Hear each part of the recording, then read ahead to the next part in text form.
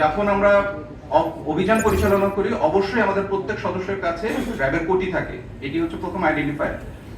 দ্বিতীয়, র্যাবের প্রত্যেক সদস্যদের কাছে তার আইডি কার্ড থাকে। যেমন আমি এখন এই মুহূর্তে ব্রিফিং করতে এসে আমারও আইডি কার্ড আমার সাথে আছে।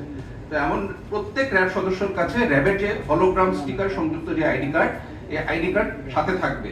এটা হচ্ছে দ্বিতীয়। এই দুটো দিয়ে মোটামুটি প্রাথমিকভাবে চিহ্নিত করা যায় যে যে অভিযান দল আসছে, অভিযান পরিচালনা করছে, তারা কি র্যাব সদস্য কিনা।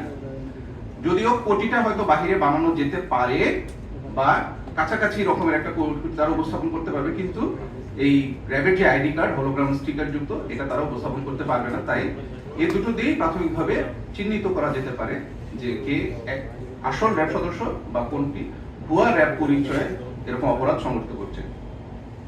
এরপরে দ্বিতীয় প্রশ্নটার উত্তর, যে যারা এই ধরনের ডাকাতি, ছিনতাই এবং এই ধরনের কাজে সম্পৃক্ত থাকে, তাদের নিজস্ব একটা সিন্ডিকেট থাকে, যে তারা এই ডাকাতি করা জিনিসপত্রগুলো কোথায় তারা আবার এগুলোকে ডিসপোজ করবে বা কোথায় গিয়ে নিয়ে বিক্রি করার ব্যবস্থা করবে।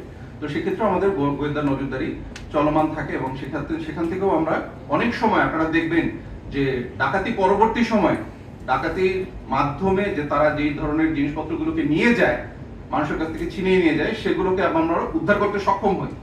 তো এই নেটওয়ার্কগুলোকে আমরা চিহ্নিত করার ব্যবস্থা করি এবং প্রায়শই আমরা সফলভাবে সেখান থেকে জিনিসপত্র উদ্ধার করতে সক্ষম হই, তাদেরকেও আইনের আওতায় আনতে সক্ষম হই। এবার আসছি প্রথম প্রশ্নটায়। আপনার প্রথম প্রশ্নটা ছিল হচ্ছে যে যারা গতকালকে আটক হয়েছে যে দুজন, এর বাইরে আর কেউ ছিল কিনা, থাকলে তাদেরকে গ্রেফতারের কোনো ব্যবস্থা করা হয়েছে কিনা।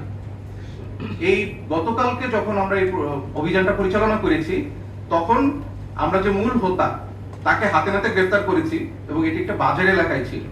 তো যখন তার ব্যাগ থেকে এই জিনিসপত্রগুলো পাওয়া যাচ্ছিল, তখনই তার কাছ থেকে আমরা তথ্য নিয়ে তারই আধা ঘন্টার মধ্যে আরো 800 গজ দূরে যেখানে তাদের মেইল গাড়িটা রাখা ছিল, সেখানে যখন আমাদের টিম যায়, তখন সেখান থেকে আমরা গাড়ি এবং গাড়ির ড্রাইভারকে আটক করতে সক্ষম হই এবং আমাদেরকে যেতে দেখেই তখন তাদের সাথে যে আরো যে 4 জন সদস্য ছিল, তারা ওখান থেকে পালিয়ে যেতে সক্ষম হয়।